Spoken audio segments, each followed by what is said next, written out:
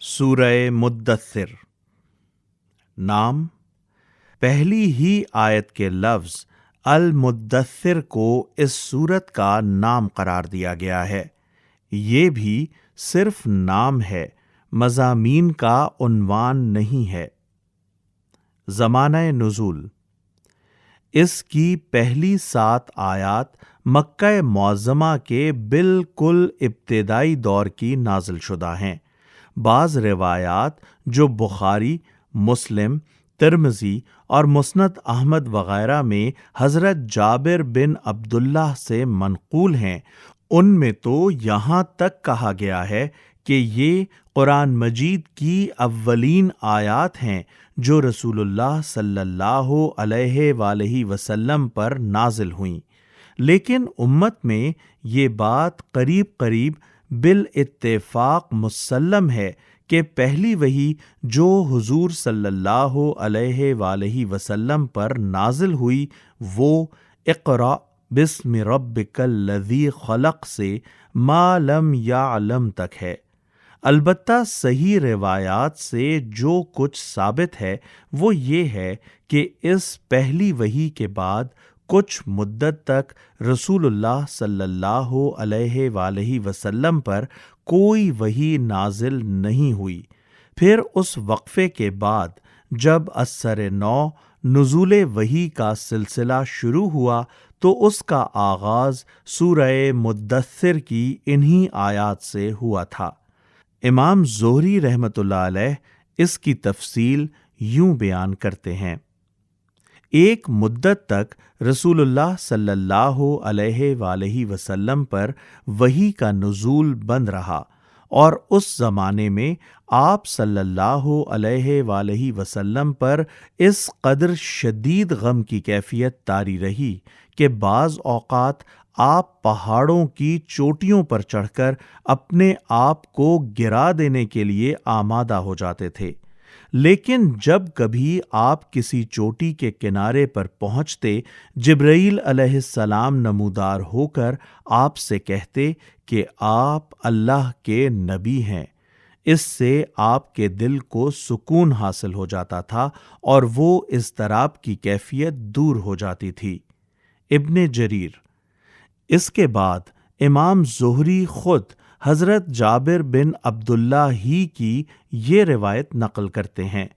رسول اللہ صلی اللہ علیہ وآلہ وسلم نے فترۃ الوحی یعنی وحی بند رہنے کے زمانے کا ذکر کرتے ہوئے بیان فرمایا: ایک روز میں راستے سے گزر رہا تھا، یکایک میں نے آسمان سے ایک آواز سنی، سر اٹھایا تو دیکھا کہ وہی فرشتہ جو غار حرا میں میرے پاس آیا تھا آسمان اور زمین کے درمیان ایک کرسی پر بیٹھا ہوا ہے۔ میں یہ دیکھ کر سخت دہشت زدہ ہو گیا اور گھر پہنچ کر میں نے کہا مجھے اڑھاؤ، مجھے اڑھاؤ۔ چنانچہ گھر والوں نے مجھ پر لحاف یا کمبل اڑھا دیا۔ اس وقت اللہ نے وحی نازل کی: یا ایھا المدثر۔ پھر لگاتار مجھ پر وحی کا نزول شروع ہو گیا۔ بخاری، مسلم، مسند احمد، ابن جریر۔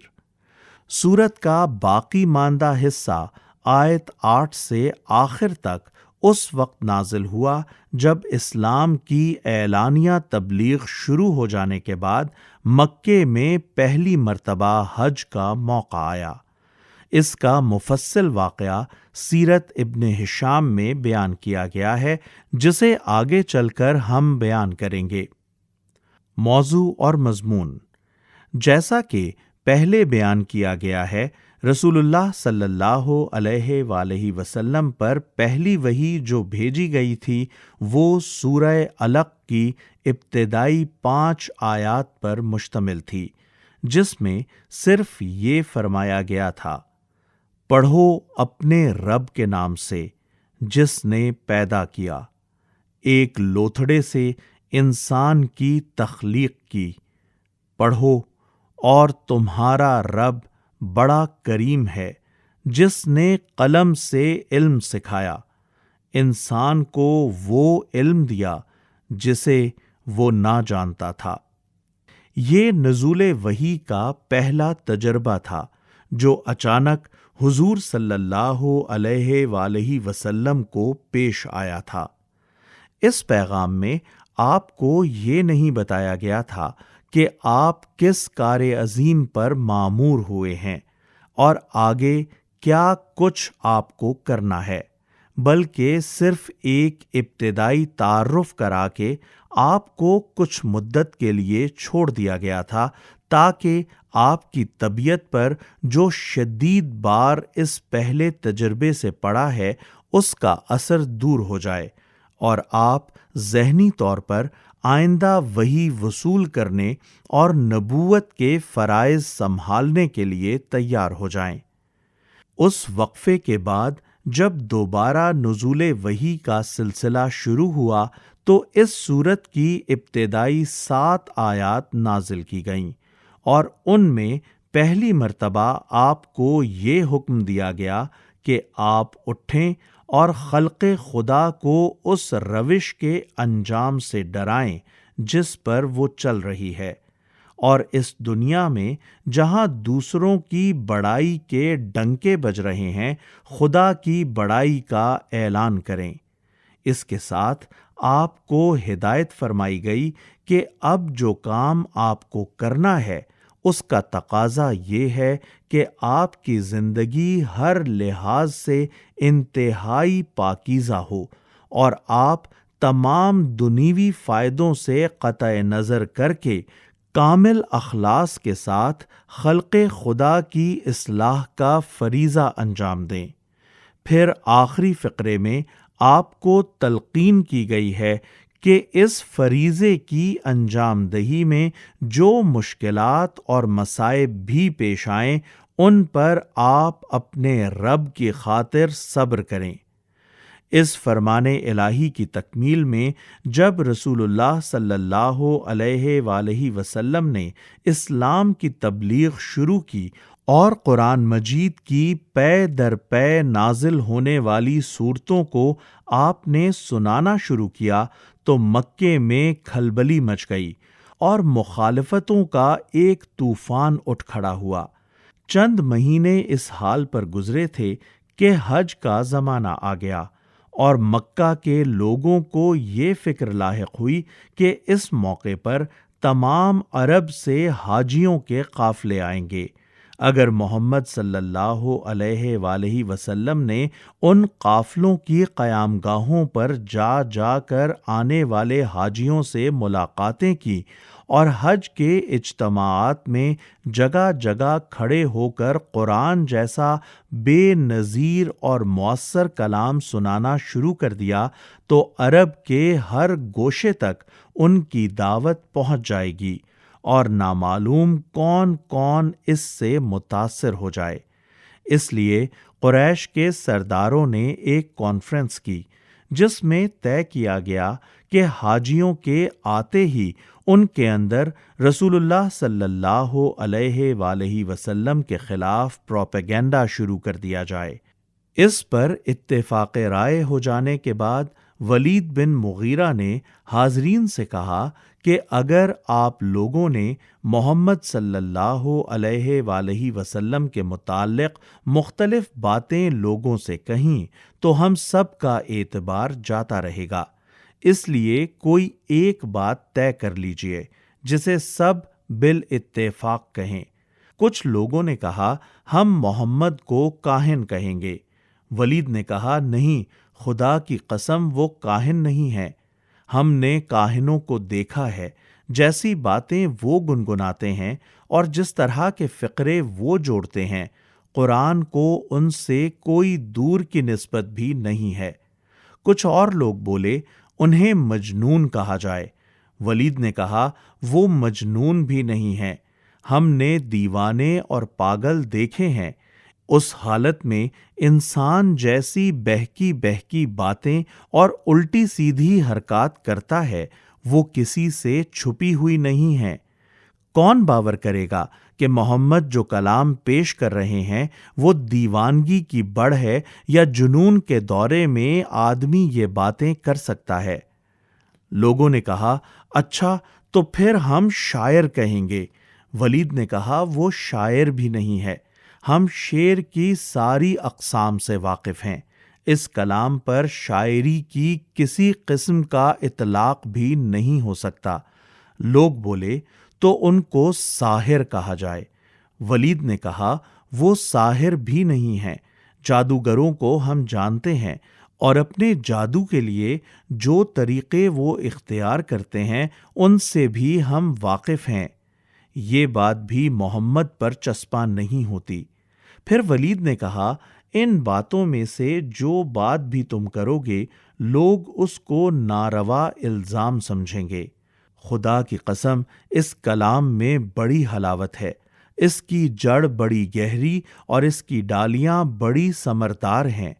اس پر ابو جہل ولید کے سر ہو گیا اور اس نے کہا، تمہاری قوم تم سے راضی نہ ہوگی جب تک تم محمد کے بارے میں کوئی بات نہ کہو۔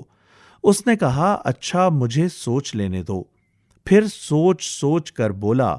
قریب ترین بات جو کہی جا سکتی ہے وہ یہ ہے کہ تم عرب کے لوگوں سے کہو، یہ شخص جادوگر ہے، یہ ایسا کلام پیش کر رہا ہے جو آدمی کو اس کے باپ، بھائی، بیوی بچوں اور سارے خاندان سے جدا کر دیتا ہے۔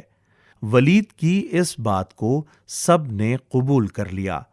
پھر ایک منصوبے کے مطابق حج کے زمانے میں قریش کے وفود حاجیوں کے درمیان پھیل گئے اور انہوں نے آنے والے زائرین کو خبردار کرنا شروع کیا کہ یہاں ایک ایسا شخص اٹھ کھڑا ہوا ہے جو بڑا جادوگر ہے اور اس کا جادو خاندانوں میں تفریق ڈال دیتا ہے، اس سے ہوشیار رہنا۔ مگر اس کا نتیجہ یہ ہوا کہ قریش نے رسول اللہ صلی اللہ علیہ وآلہ وسلم کا نام خود ہی سارے عرب میں مشہور کر دیا۔ سیرت ابن ہشام جلد اول صفحہ 288 اور 289۔ اس قصے کا یہ حصہ کہ ابو جہل کے اصرار پر ولید نے یہ بات کہی تھی، اکرمہ کی روایت سے ابن جریر نے اپنی تفسیر میں نقل کیا ہے۔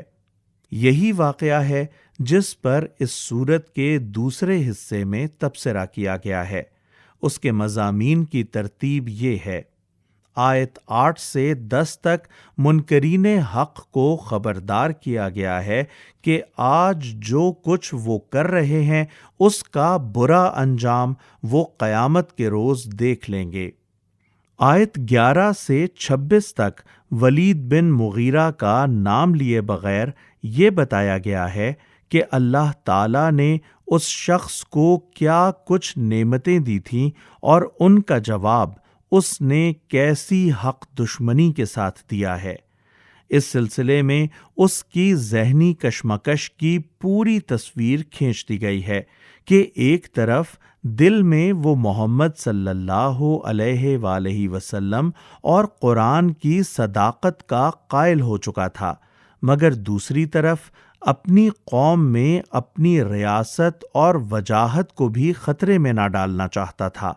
اس لیے نہ صرف یہ کہ وہ ایمان لانے سے باز رہا بلکہ کافی دیر تک اپنے ضمیر سے لڑنے جھگڑنے کے بعد آخر کار یہ بات بنا کر لایا کہ خلق خدا کو اس کلام پر ایمان لانے سے باز رکھنے کے لیے اسے جادو قرار دینا چاہیے۔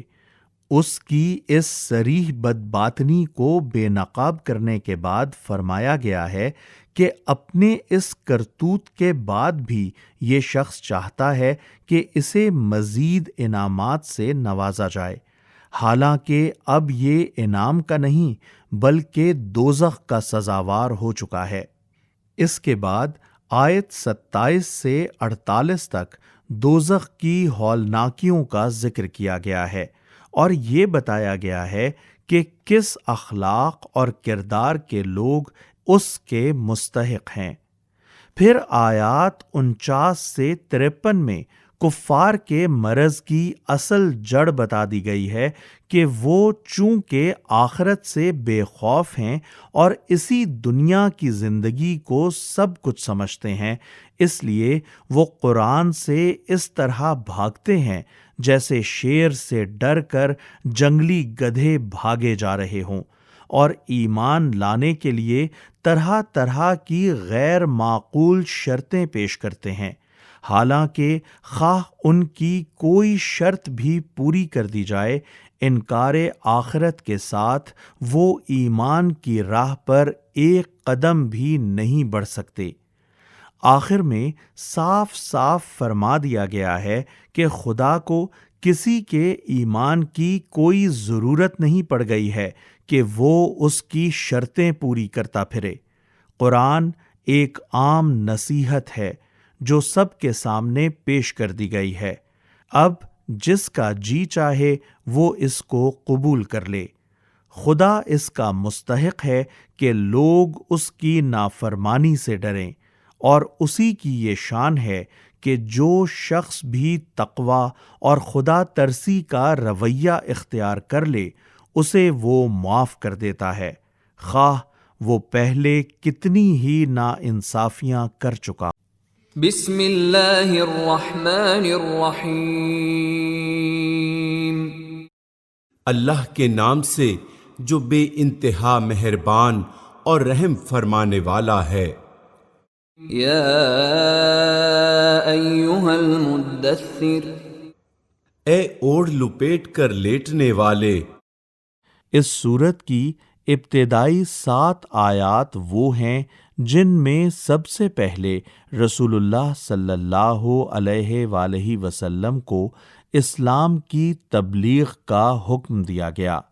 یہ اقرأ بسم ربک الذی خلق کے بعد دوسری وحی ہے جو حضور صلی اللہ علیہ وآلہ وسلم پر نازل ہوئی۔ قم فانذر، اٹھو اور خبردار کرو، وربک فکبر، اور اپنے رب کی بڑائی کا اعلان کرو، وثیابک فطہر، اور اپنے کپڑے پاک رکھو، والرجز فہجر، اور گندگی سے دور رہو، ولا تمنن تستکثر، اور احسان نہ کرو زیادہ حاصل کرنے کے لیے، ولربک فاصبر، اور اپنے رب کی خاطر صبر کرو۔ فإذا نقر في الناقور، اچھا جب سور میں پھونک ماری جائے گی۔ یہ حصہ ابتدائی آیات کے چند مہینے بعد اس وقت نازل ہوا تھا جب رسول اللہ صلی اللہ علیہ وآلہ وسلم کی طرف سے اعلانیہ تبلیغ اسلام شروع ہو جانے کے بعد پہلی مرتبہ حج کا زمانہ آیا، اور سرداران قریش نے ایک کانفرنس کر کے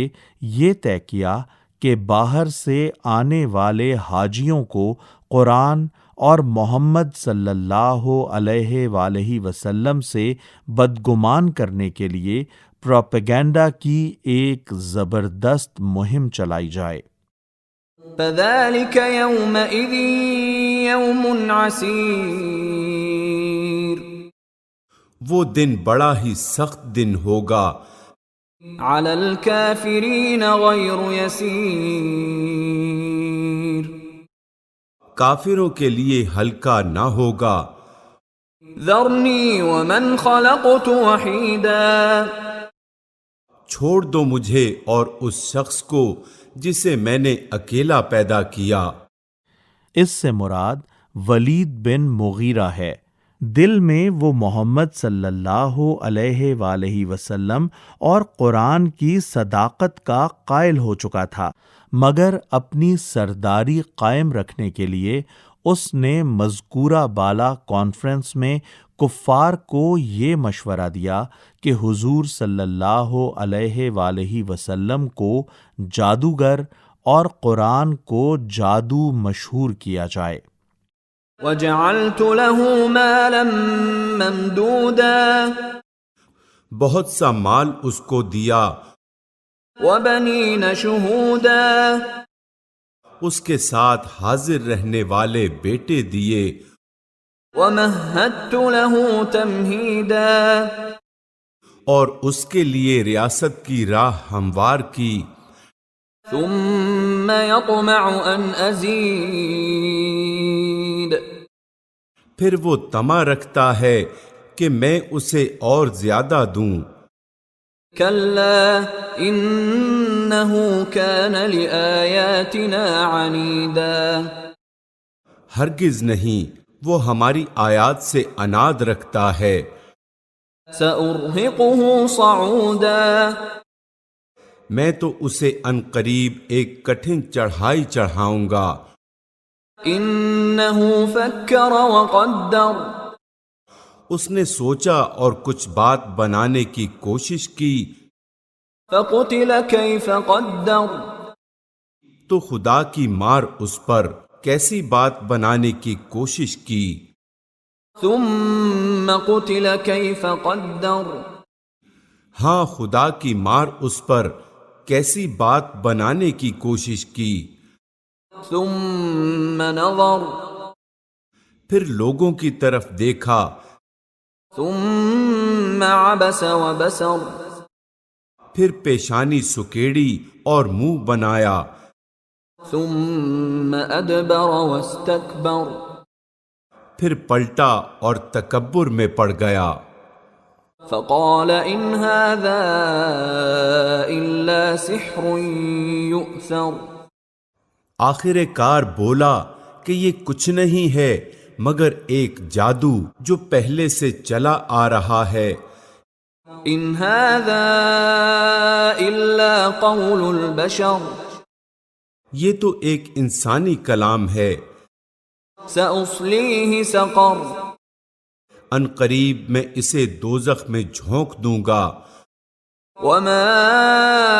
ادراك ما سقر اور تم کیا جانو کہ کیا ہے وہ دوزخ، لا تبقي ولا تذر نہ باقی رکھے نہ چھوڑے، یعنی وہ عذاب کے مستحقین میں سے کسی کو باقی نہ رہنے دے گی جو اس کی گرفت میں آئے بغیر رہ جائے، اور جو بھی اس کی گرفت میں آئے گا اسے عذاب دیے بغیر نہ چھوڑے گی۔ لواحة للبشر کھال جھلس دینے والی، عليها 19 19 کارکن اس پر مقرر ہیں، وما جعلنا أصحاب النار إلا ملائكة وما جعلنا عدتهم إلا فتنة للذين كفروا ليستيقن الذين أوتوا الكتاب ويزداد الذين آمنوا إيمانا ولا يرتاب الذين أوتوا الكتاب والمؤمنون وليقول الذين في قلوبهم مرض والكافرون ماذا أراد الله بهذا مثلا كذلك يضل الله من يشاء ويهدي من يشاء وما يعلم جنود ربك إلا هو وما هي إلا ذكرى للبشر۔ ہم نے دوزخ کے یہ کارکن یہاں سے لے کر تیرے رب کے لشکروں کو خود اس کے سوا کوئی نہیں جانتا تک پوری عبارت میں ایک جملہ معترضہ ہے جو دوران تقریر میں سلسلہ کلام کو توڑ کر ان معترضین کے جواب میں ارشاد فرمایا گیا ہے جنہوں نے رسول اللہ صلی اللہ علیہ وآلہ وسلم کی زبان سے یہ سن کر کہ دوزخ کے کارکنوں کی تعداد صرف 19 ہوگی اس کا مذاق اڑانا شروع کر دیا تھا۔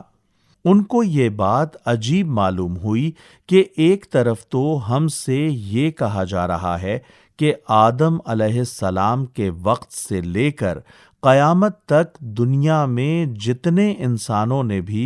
کفر اور کبیرہ گناہوں کا ارتکاب کیا ہے وہ دوزخ میں ڈالے جائیں گے، اور دوسری طرف ہمیں یہ خبر دی جا رہی ہے کہ اتنی بڑی دوزخ میں اتنے بے شمار انسانوں کو عذاب دینے کے لیے 19 کارکن مقرر ہوں گے۔ فرشتے بنائے ہیں اور ان کی تعداد کو کافروں کے لیے فتنہ بنا دیا ہے تاکہ اہل کتاب کو یقین آ جائے اور ایمان لانے والوں کا ایمان بڑھے اور اہل کتاب اور مومنین کسی شک میں نہ رہیں۔ چونکہ اہل کتاب اور اہل ایمان فرشتوں کی غیر معمولی طاقتوں سے واقف ہیں، اس لیے انہیں اس میں کوئی شک نہیں ہو سکتا کہ 19 فرشتے دوزخ کا انتظام کرنے کے لیے کافی ہیں۔ اور دل کے بیمار اور کفار یہ کہیں کہ بھلا اللہ کا اس عجیب بات سے کیا مطلب ہو سکتا ہے؟ اس طرح اللہ جسے چاہتا ہے گمراہ کر دیتا ہے اور جسے چاہتا ہے ہدایت بخش دیتا ہے، اور تیرے رب کے لشکروں کو خود اس کے سوا کوئی نہیں جانتا، اور اس دوزخ کا ذکر اس کے سوا کسی غرض کے لیے نہیں کیا گیا ہے کہ لوگوں کو اس سے نصیحت ہو۔ کلا والقمر، ہرگز نہیں، یعنی یہ کوئی ہوائی بات نہیں ہے جس کا اس طرح مذاق اڑایا جائے۔ قسم ہے چاند کی واللیل اذ ادبر، اور رات کی جب کہ وہ پلٹتی ہے، والصبح اذا اسفر، اور صبح کی جب کہ وہ روشن ہوتی ہے۔ انہا لإحدى الكبر، یہ دوزخ بھی بڑی چیزوں میں سے ایک ہے۔ یعنی جس طرح چاند اور رات اور دن اللہ تعالی کی قدرت کے عظیم نشانات ہیں، اسی طرح دوزخ بھی عزائم قدرت میں سے ایک چیز ہے۔ نذیرا للبشر، انسانوں کے لیے ڈراوا، لمن شاء منکم ان یتقدم او یتأخر، تم میں سے ہر اس شخص کے لیے ڈراوا جو آگے بڑھنا چاہے یا پیچھے رہ جانا چاہے۔ کل نفس بما کسبت رہینہ، ہر شخص اپنے کسب کے بدلے رہن ہے، الا اصحاب الیمین، دائیں بازو والوں کے سوا، فی جنات یتساءلون، جو جنتوں میں ہوں گے، عن المجرمین،